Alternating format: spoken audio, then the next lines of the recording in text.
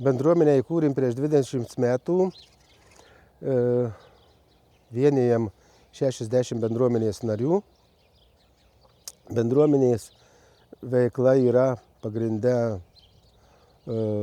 gauti finansavimą iš lyder programos, Žemės ūkio ministerijos, socialinės apsaugos, stiprinti bendruomeninę veiklą savivaldoje, na ir savivaldybės lėšos.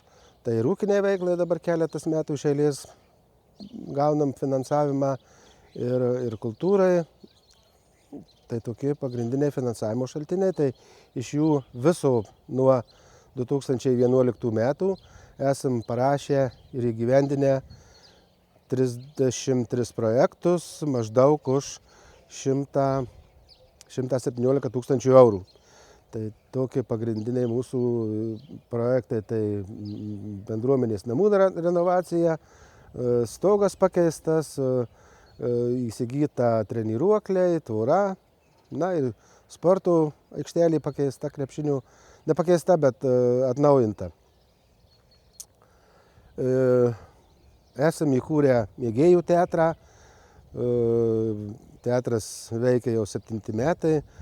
Tikrai malonu, kad moterys negaili savo laiko, kuria spektaklius, jau esam sukūrę 2, rengiamas 3, tikimės šiais metais gal į pabaigą ar kada premjeros. Na, malonu, kad tas dalykas pas mus čia vyksta.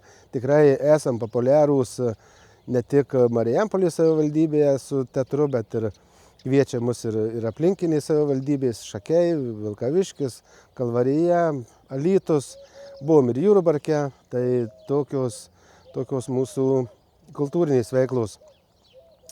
Minim Puskelnių kaimo vardo paminėjimą, kas 5 metai, esam ir rekordą pasiekę, ir pagerinę. Tikrai malonu buvo, kai susirinko visai eilė žmonių mūsų pagrindinėje gatvėje draugystės ir tą esam užfiksavę faktų agentūroje.